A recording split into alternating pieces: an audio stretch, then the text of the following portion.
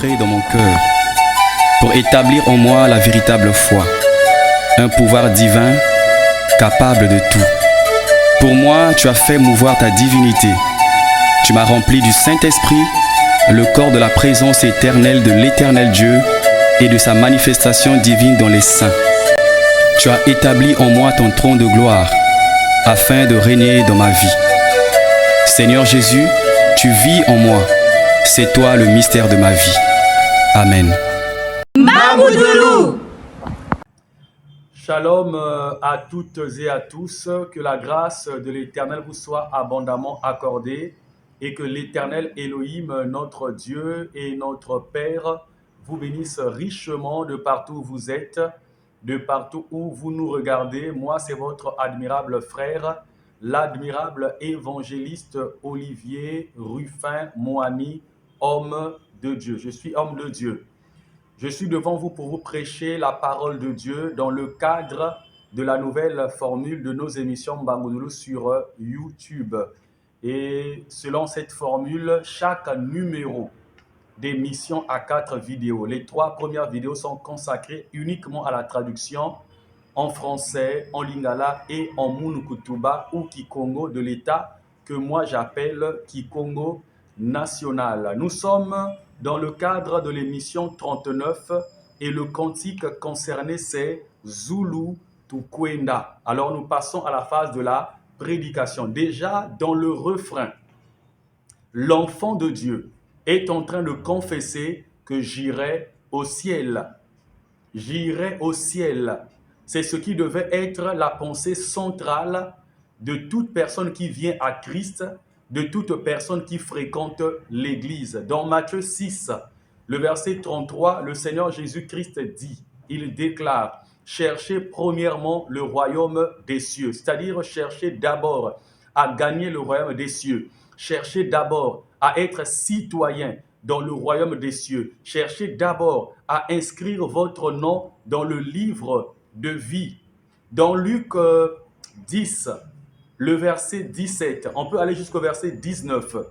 Les disciples que Jésus-Christ avait envoyés pour aller évangéliser 2 à 2, lorsqu'ils revinrent à Christ, ils lui dirent, « Seigneur, même les démons nous sont soumis en ton nom. » Écoutons la réponse de Jésus-Christ de Nazareth, notre Seigneur et notre Sauveur. Il dit, « Je voyais Satan tomber du ciel. Cependant, ne vous réjouissez pas parce que les démons vous obéissent, mais soyez plutôt réjouis parce que vos noms sont écrits dans le livre de vie, dans le livre de ceux-là qui vont entrer dans le royaume des cieux. » Entrer dans le royaume des cieux devait être la pensée centrale.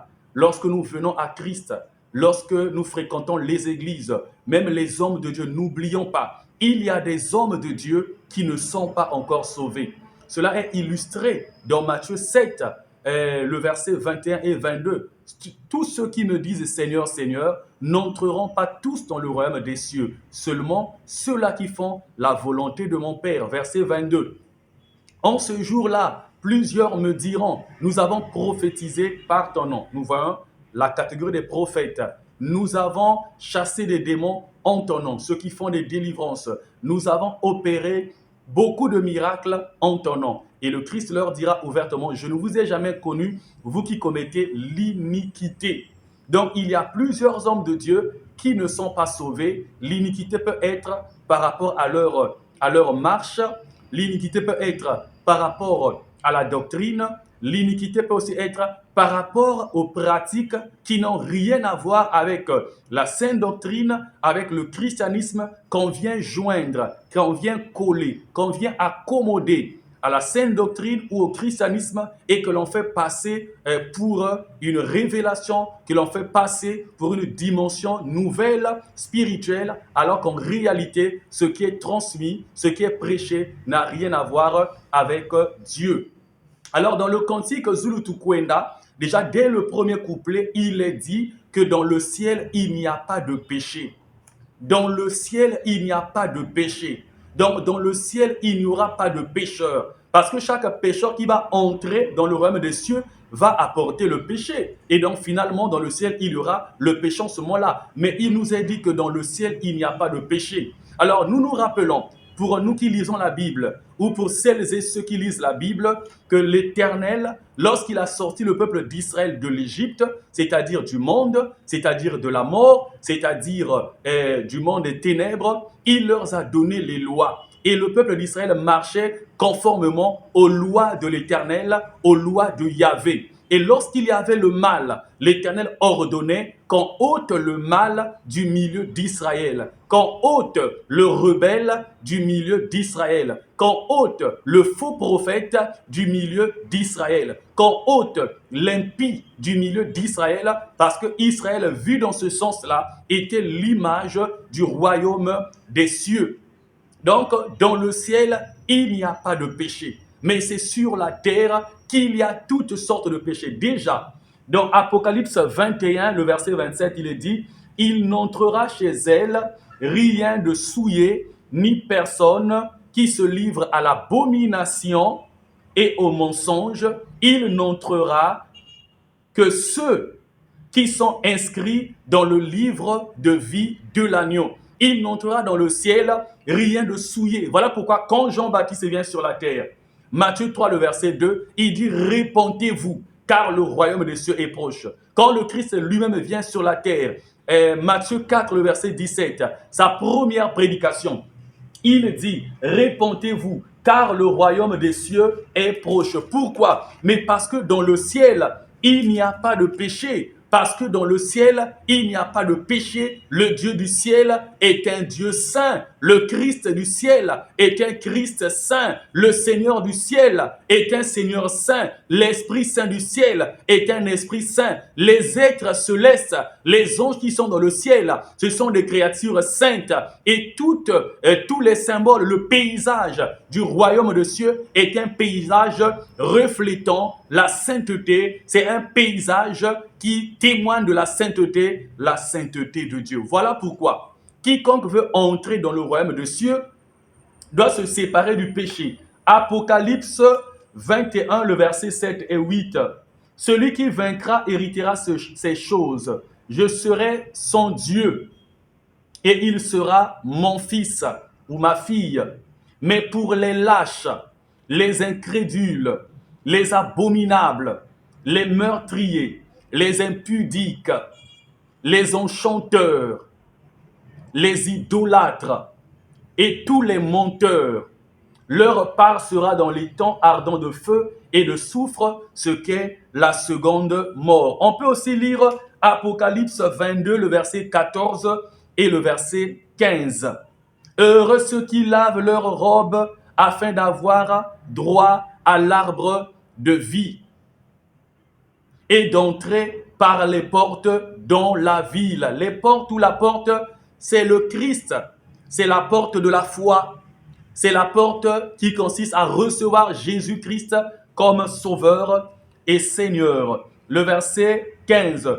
Dehors les chiens, les enchanteurs, les impudiques, les meurtriers, les idolâtres et quiconque aime et pratique le mensonge. Pourquoi? Mais parce que dans le ciel, il n'y a pas de péché.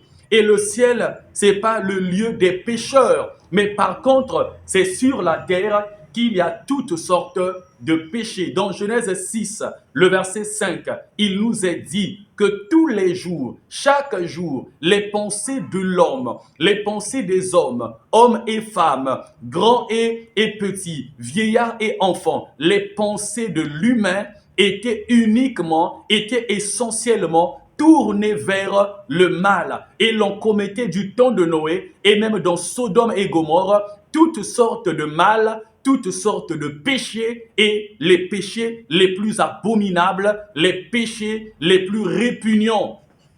Et donc, le Saint-Esprit dans ce cantique dit que dans le ciel, il n'y a pas de péché. C'est pour attirer notre attention. C'est pour nous tirer les oreilles. Que si nous voulons entrer dans le ciel, nous devons abandonner les péchés. Et le péché, il faut l'abandonner par l'évangile du Seigneur Jésus-Christ de Nazareth.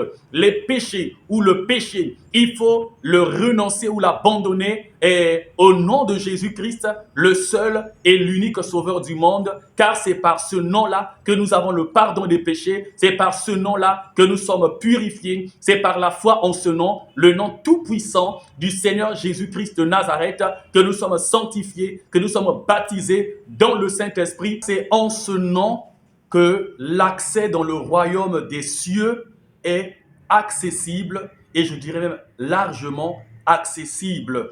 Donc, dans le ciel, il n'y a pas de péché. Et donc, il nous est donné une condition. Celui qui veut entrer dans le royaume des cieux doit ouvrir son cœur pour recevoir le Christ. Tu veux entrer dans le royaume des cieux, ouvre ton cœur. Ne ferme pas ton cœur à Christ, car il y a des gens, leurs cœurs sont encore fermés. Il prie, il va à l'église, mais son cœur est encore fermé. Voilà pourquoi il demeure dans le péché. Il prie, il jeûne, mais il demeure dans le péché, il demeure charnel, il demeure mondain, il demeure profane, et il profane le temple de Dieu, que son cœur est, le temple de Dieu, que son esprit est. Alors pour entrer dans le ciel, on nous donne une condition, il est dit, ouvre ton cœur et reçois Jésus.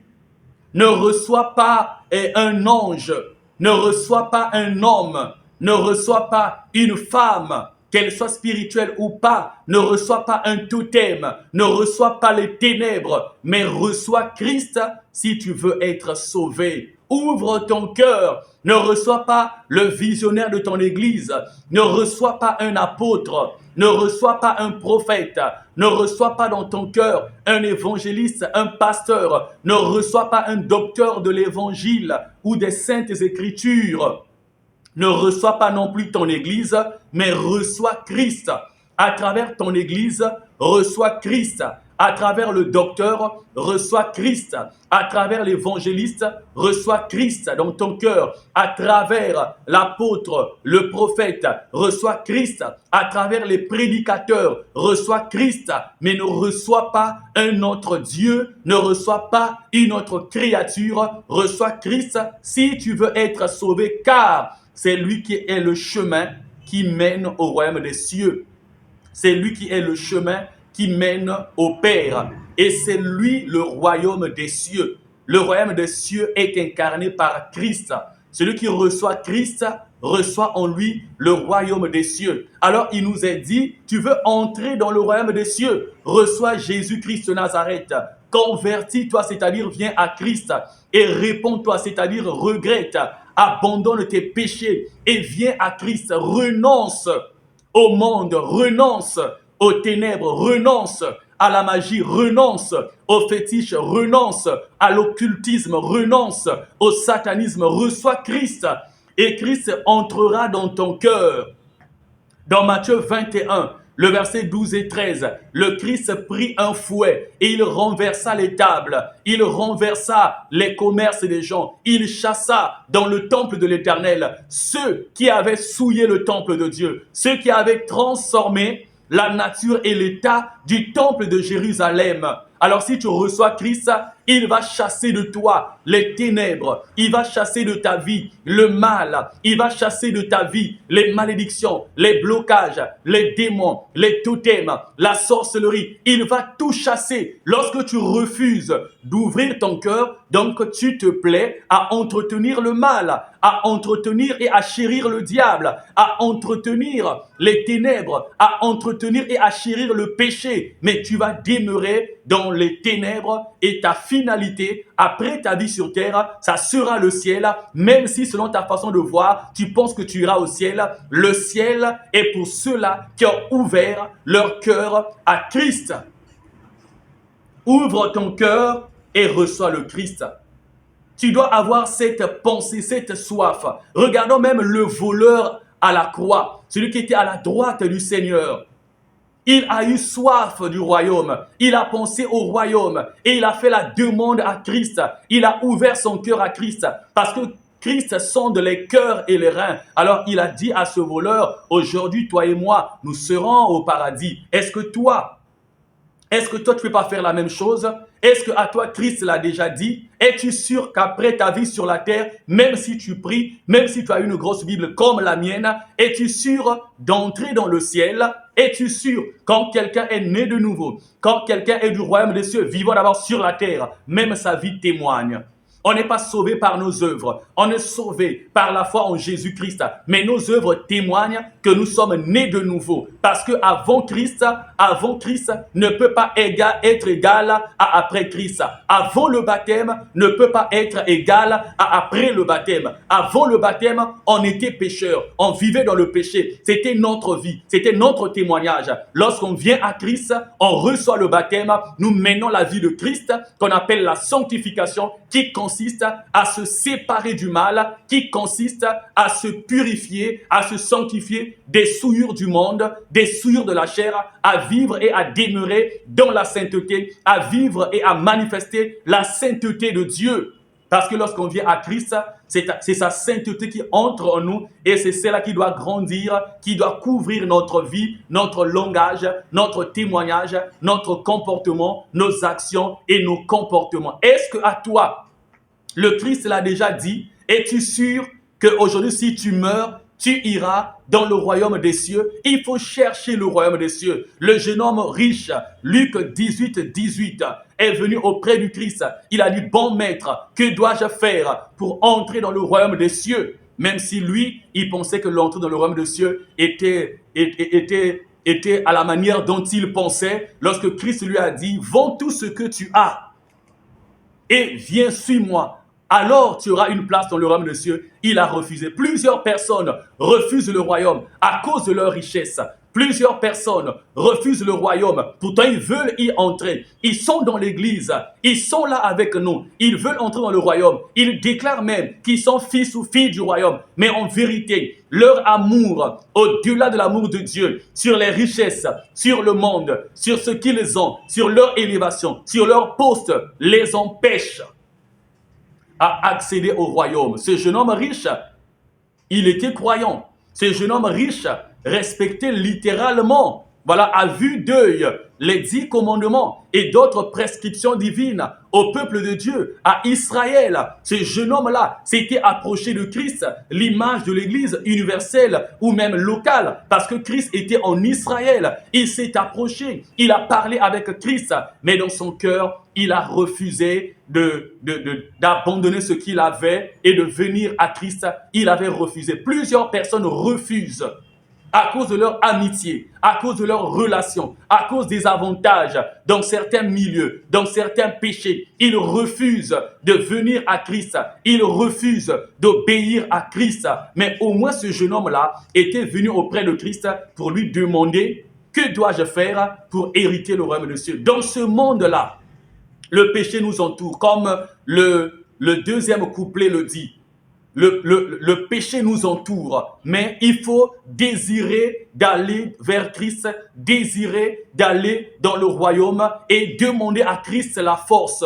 Parce que dans le deuxième couplet, l'homme est en train de dire, ici sur terre, le péché m'entoure, mais entre-temps, moi, je désire entrer dans le ciel et y demeurer éternellement. On ne vit pas sur la terre éternellement, mais dans le règne de Dieu, qu'il soit céleste, qu'il soit terrestre, on y demeurera. Après le dernier jugement, on y demeurera éternellement. Alors, que l'Éternel te bénisse, toi qui as suivi religieusement cette prédication. Tu dois chercher le royaume et la condition, ouvre ton cœur et reçois le Seigneur Jésus-Christ de Nazareth afin que tu sois sauvé et que tu entres dans le royaume des cieux. C'était votre admirable évangéliste Olivier Ruffin Mouani, homme de Dieu. Que l'Éternel vous bénisse.